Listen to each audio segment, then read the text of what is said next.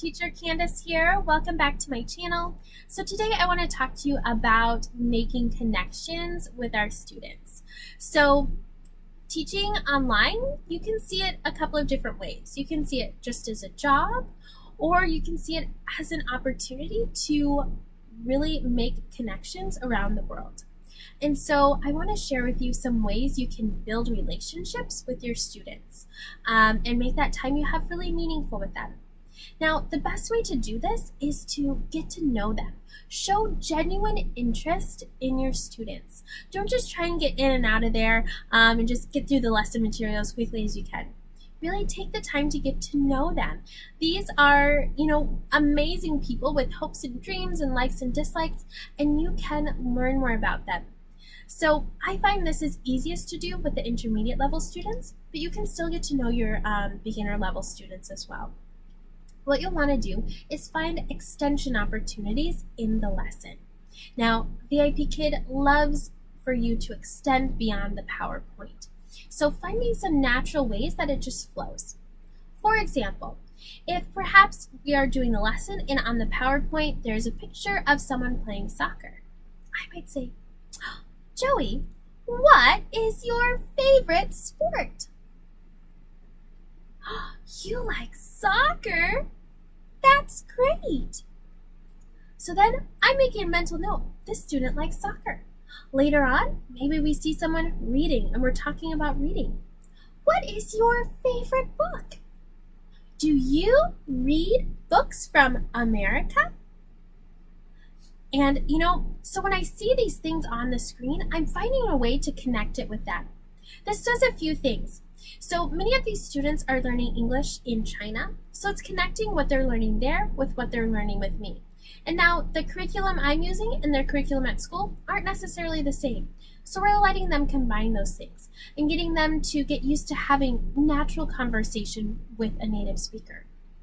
Of things that they're not just reading it off the screen, you know what I'm saying? But they're getting to just go back and forth with a native speaker.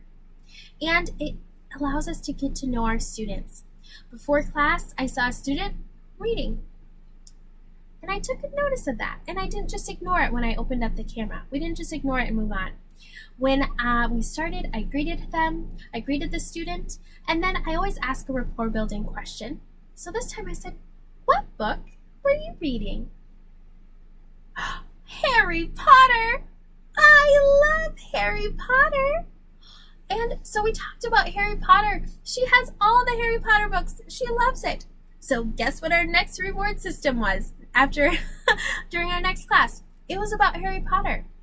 And so I have been able to learn so much by being aware of what my students are doing, the kinds of things they have. I saw some Pokemon things in the back of one of my students on their bed there. So I brought that up. And I found out they really like Pokemon.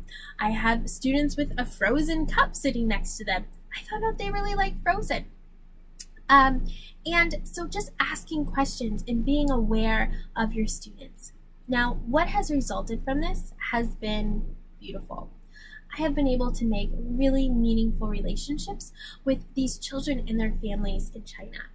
So I'll share with you some of the things that have happened.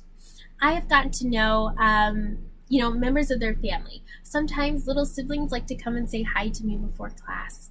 I've gotten to know about their pets. I get to ask, how is Cookie today? Oh, Cookie was naughty today. Sometimes their dogs are just naughty. I get to learn about, their pets. Sometimes they like to show me their pets. I learn about the movies they watch, the books they read, their favorite sports, what they want to be when they grow up. I learn about things that they enjoy from America, different songs, movies, and books from the United States, and we're able to really connect that way as well.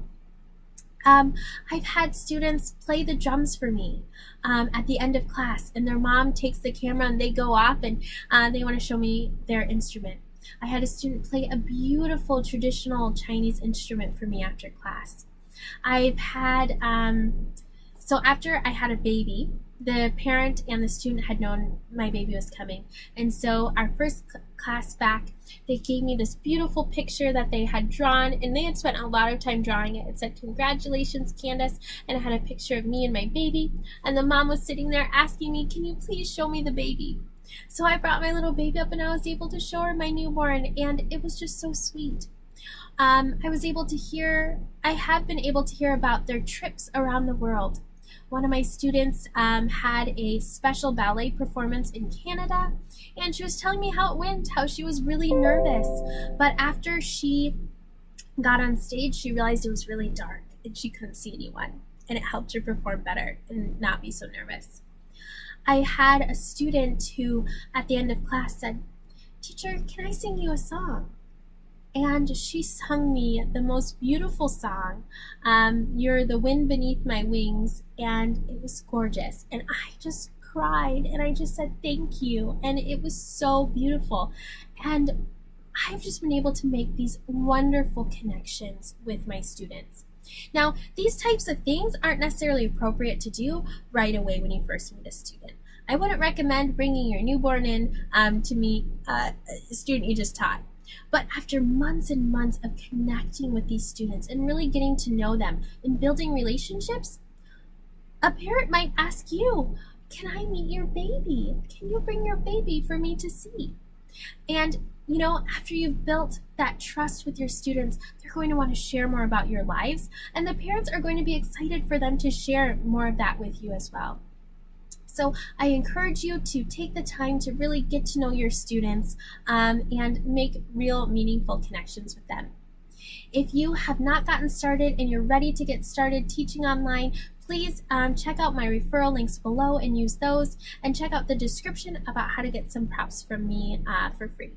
So thank you so much, guys, and I will see you next time. Happy teaching.